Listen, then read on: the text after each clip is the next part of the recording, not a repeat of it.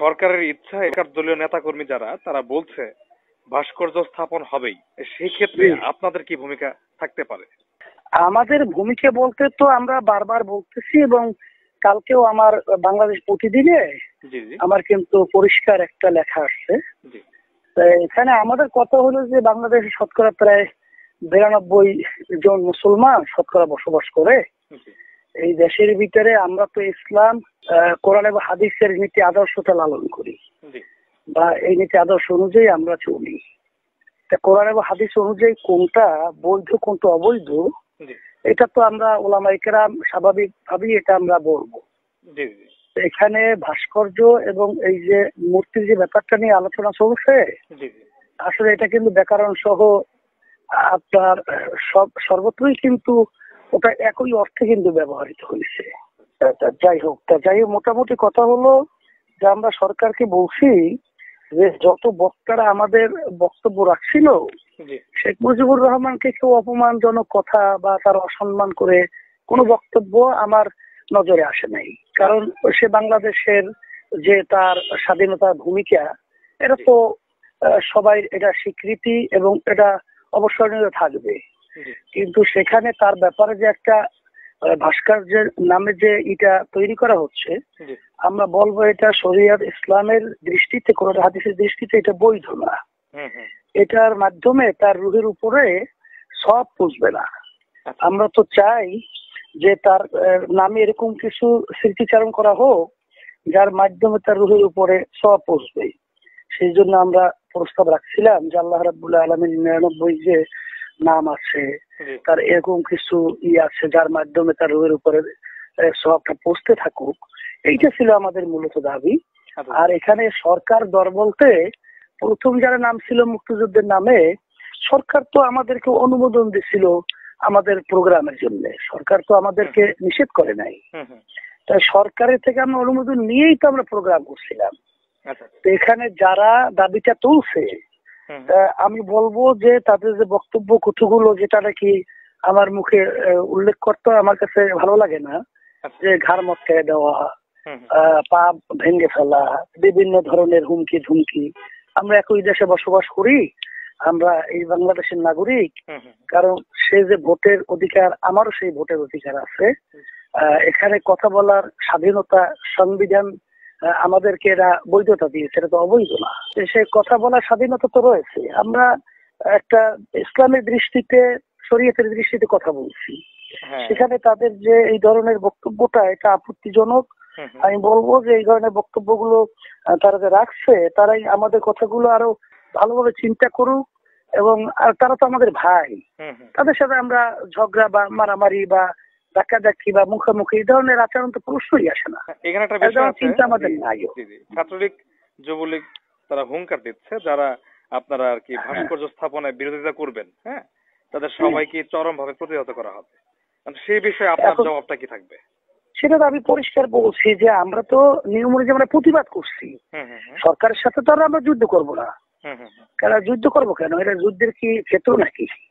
এটা আমরা নিয়ম অনুযায়ী আমাদের কথাগুলো আমরা বলবো জোরালো পাবো। এবং আমরা সরকারকে বলছি, বাংলাদেশ প্রতিদিনের কথাটা আসছে যে বাংলাদেশের 99% মুসলমানের দেশ।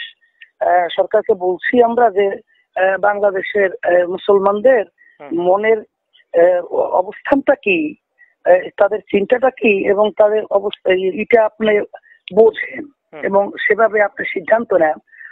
এইটাই কিন্তু আমাদের সরকারের প্রতি আমাদের আহ্বান ছিল।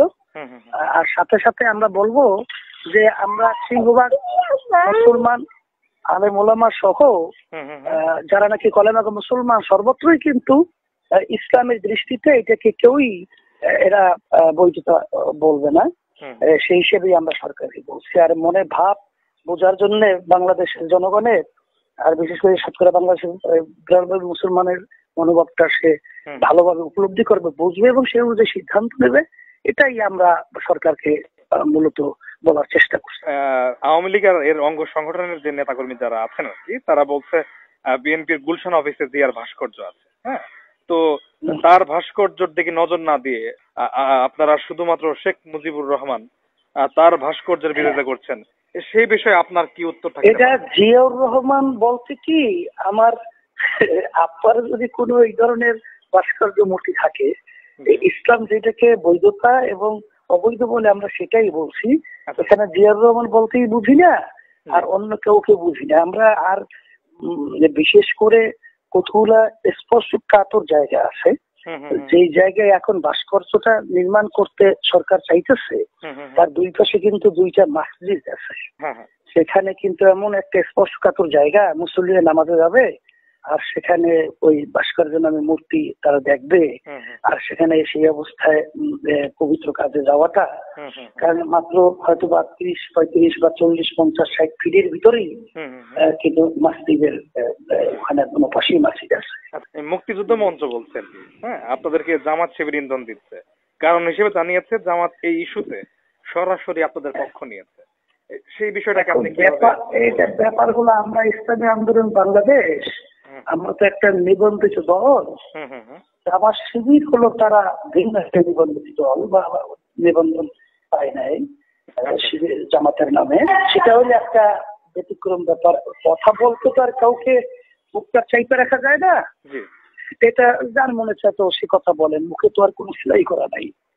এখন মন বলছে তারা বলছে, এটা সম্পূর্ণ একটা অমূলক কথা, এটা বাস্তবতা নাই, এটা একটা অবাস্তব কথা। চরমনায়ের মরহুম পীর সাহেবকে তারা মুক্তিযুদ্ধ বিরোধী আলেম বলে আখ্যা দিচ্ছেন, সেই বিষয়ে আপনার কি জবাব থাকবে? এটা আমরা বলবো যে মুক্তিযোদ্ধা কিছুদিন আগেও আমাদের এই অঞ্চলের এই বিষয়ের উপরে কিন্তু তারা বক্তব্য রাখছে, সেগুলো মনে হয় ফেসবুকের মাধ্যমে এটা ভালো হয়েছে, যে তখন আমাদের এখানের ভূমিকাটা তারা পরিষ্কার স্পষ্ট তুলে ধরছে, যে মুক্তিযোদ্ধারা যুদ্ধ করে আসার পরে এখানে তারা এসে খানা পিনা খাইছে, এখানে তারা থাকছে, দাদাজান রহমতুল্লাহ তাদেরকে আশ্রয় দিচ্ছে, এবং তাদের সাথে যে ব্যবহার গুলো, আচরণ গুলো সব পরিষ্কার তার বক্তব্যের ভিতরে ফুটে উঠছে। আর বিভিন্ন আব্বাজান রহমতুল্লাহ আলাই বাইতুল মোকাররমের উত্তর গেটে তিনি জীবিত থাকা অবস্থায় একটা বক্তব্য রাখছিলেন, যে আমরা তখন স্বাধীনতার বিরোধী কোন অবস্থানে ছিলাম, এরকম কেউ যদি প্রমাণ করতে পারে তাহলে যে কোনো বিচারের ব্যাপারে আব্বাজানটা আর একটু কঠিন বলছিলেন, তাই ফাঁসির কাজটা ঝোলকেও রাজি আছি যদি কেউ প্রমাণ করতে পারে। এটা একটা উদ্দেশ্য প্রণোদিত, এবং আমি বলবো এটা একটা হিংসার বহির্ভূত। আর সাথে সাথে যারা এই কথাগুলো বলে তাদের গোড়ায় তালাশ করলে ওই মুক্তিযোদ্ধা যে বক্তব্যটা রাখছিল, যখন এই প্রশ্নটা করা হয়েছিল যে এরকম মনোকিষেক সহ তাদেরকে তো স্বাধীনতা রেজাকার বলে আখ্যা দিতে চায়, তখন সে এক কথায় বলতে যেয়ে বলছিল যে তালাশ করলে দেখবেন গোড়ায় ওরাই হইল মূলত রেজাকার। ওরা চরমনাই সম্পর্কে কি জানে? আমরা চরমনাই মুক্তিযোদ্ধা করছি, আমি আর্মি ডিফেন্স লোক ছিলাম, আমরা সেখানে কি অবস্থান পাইছি এটা তারা কি আমাদের জানে নাকি? এই ধরনের কথা কিন্তু সে পরিষ্কার তার বক্তব্য বলছে, সেটা আপনার কানে বা আপনার নজর পড়ছে কিনা আমি জানি না, ফেসবুক করলে সেটা পাওয়া যেতে পারে হয়তো বা মুক্তিযোদ্ধাদের একটা বক্তব্য। হাফেজ মাওলানা জিয়াউল হাসান উনি বলছেন বঙ্গবন্ধুর মূর্তি দাঁড়িয়ে আছে, তিনিও তো আলেম, হ্যাঁ, সেই বিষয়ে আপনার মতামতটা কি? সে ব্যাপারে আমরা বলছি যেখানে আলেম তো নাম দেওয়া আর কোরআন এবং হাদিস তো এক জিনিস না। কোরআন এবং হাদিস যেটাকে বৈধ বলে সেইটা বৈধ, আর যেটাকে অবৈধ বলে অবৈধ। এখানে বাংলাদেশের সিংহভাগ সম্পূর্ণ হক্কানি ওলামাই কেরামরা এ ব্যাপারের উপরে একমত। আপনি আরো হক্কানি ওলামাকে উল্লেখযোগ্য যারা নাকি রয়েছে তাদের সাথে পরামর্শ করবেন। আর কিছু উদ্দেশ্য পরিচিত, সেদিকে আমাদের গাজী আতাউর রহমান সে এক টকশোতে কিন্তু এই কথাটা বলছিল যে সর্বযুগে সর্বকালই কিছু এরকম আলেম নামদারি সহ তারা থাকে যে তারা ওই ক্ষমতাসীন দলদের সাথে সম্পর্ক রেখে নিজের ব্যক্তি স্বার্থ উদ্ধারের জন্য বিভিন্ন ধরনের কথাবার্তা বলে। এটা তো কোনো হিসাবের মধ্যে না, আর এটা কোনো দলিলও না। সে কেন বলছে এটা তার ব্যক্তিগত ব্যাপার, এখানে তার ব্যক্তিগত স্বার্থ আছে কিনা তা জানি না, এটা তার কাছে ভাবে প্রশ্ন করতে পারেন। কোরআন হাদিসের দৃষ্টিতে কিন্তু এটা সম্পূর্ণ আমরা এটা বৈধতা দেখা যায় না, দেওয়ার কোনো সুযোগ নেই। প্রধানমন্ত্রীর সঙ্গে এই বিষয়ে আপনারা ফোনে অথবা সরাসরি কথা বলার মতো কোনো সিদ্ধান্ত নিয়েছেন কিনা? এখনো এই ব্যাপারে আমাদের কোনো সিদ্ধান্ত হয় নাই, কারণ প্রধানমন্ত্রী তো সে দেশের প্রধানমন্ত্রীর দায়িত্ব পালন করে, তার দায়িত্ব কর্তব্য কোথায় কি ঘটছে, কি সুবিধা অসুবিধা ভালো মন্দ, সে যদি প্রয়োজন মনে করে যে আলোচনা, আমি মনে করবো যে প্রধানমন্ত্রী এই উদ্যোগ নেওয়া দরকার উচিত। সরকার দলীয় নেতাকর্মীরা দাবি করছেন আর কি যে এটা কোনো ধর্মীয় ইস্যু না, এটা একটা রাজনৈতিক চাল। এই বিষয়ে আপনি কি বলবেন? এটা তারা বলতেছে, এটা তাদের হয়তো বা কোন দিক থেকে বলছে, এটা হলো ওই বিভিন্ন সময় যখন নাকি কথা বলা হয় কোরআন হাদিসের দৃষ্টিতে, তখনই তারা এই ধরনের একটা কথা বললে বেশ একটা ঘোলা করা হয়তো বা কিছু তাদের থাকতে পারে। এটা আমাদের এই ধরনের কোনো আমাদের আলোচনার ভিতরে বা কার্যক্রমের ভিতরে এটা আমরা পরিষ্কার নজর দেখেন যেটা তাদের সম্পূর্ণ একটা অমূলক আলোচনা, এটি আমরা বলবো। আচ্ছা, আওয়ামী লীগ আর এর অঙ্গ সংগঠনের নেতাকর্মী যারা আছে তারা দাবি করছে আর কি হাতে গোনা কিছু আলেম আর তার অনুসারীরা বিরোধিতা করছে। দেশের বেশিরভাগ আলেমই নাকি এটাকে সমর্থন দিয়েছে। এই বিষয়টি আপনার দৃষ্টিতে মানে কতটুকু যুক্তিসঙ্গত? এখন এইটা তারা বলছে আর আমরা বলছি, এটা আপনারা তো বাস্তবে দেখছেন, এটা আপনারা দেখেন, এটা যুক্তিসঙ্গত না, এক কথাই বলবো আর কি। যদি আপনাদের আন্দোলনে কোনো কাজ না হয় এবং সরকারও যদি ভাস্কর্য স্থাপন করেই ফেলে, সেক্ষেত্রে আপনাদের কি? সেখানে আমরা তো সরকার যুদ্ধে যাব না। আমরা যেহেতু সরকার বাংলাদেশের জনগণেরই প্রতিনিধিত্ব সে পালন করে, দায়িত্ব পালন করে, সে বাংলাদেশের জনগণের মনের ভাষা যদি সে না বোঝে, সেখানে আমরা জোরালো প্রতিবাদ আমরা মুখের মাধ্যমে, আলোচনার মাধ্যমে সাধ্য অনুযায়ী আমরা করেই যাব। কিন্তু সরকারের সাথে মুখোমুখি যুদ্ধ এটা তো অযৌক্তিক একটা কথা, এটা হতেই পারে না। তারপর সে যদি জোরালোভাবে করেই ফেলে, এটা সে পরবর্তীতে তার ফল এটা সে পাবে।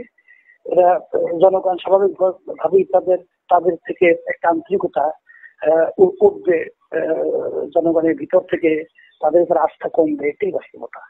আচ্ছা, আমার সর্বশেষ প্রশ্নটা হচ্ছে আর কি, মানে বঙ্গবন্ধুর ভাস্কর্য স্থাপনে বাধা দিতে যদি মানে আপনাদের আন্দোলন সফল হয়েও যায়, তাহলে পরবর্তী আন্দোলন কি হবে জিয়াউর রহমানের ভাস্কর্যের বিরুদ্ধে বা অন্যান্য যত ভাস্কর্য আছে সেগুলোর বিরুদ্ধে? আমরা ভাস্কর্য এখানে শেখ মুজিবুর রহমান বলতে যান, সব ভাস্কর্য যেটা নাকি ইসলাম যেটাকে বৈধতা দেয় না, সব ভাস্করের ব্যাপারেই আমাদের এটা জোরালো দাবি, সর্বকালই ছিল, এখনো আছে, সামনে থাকবে।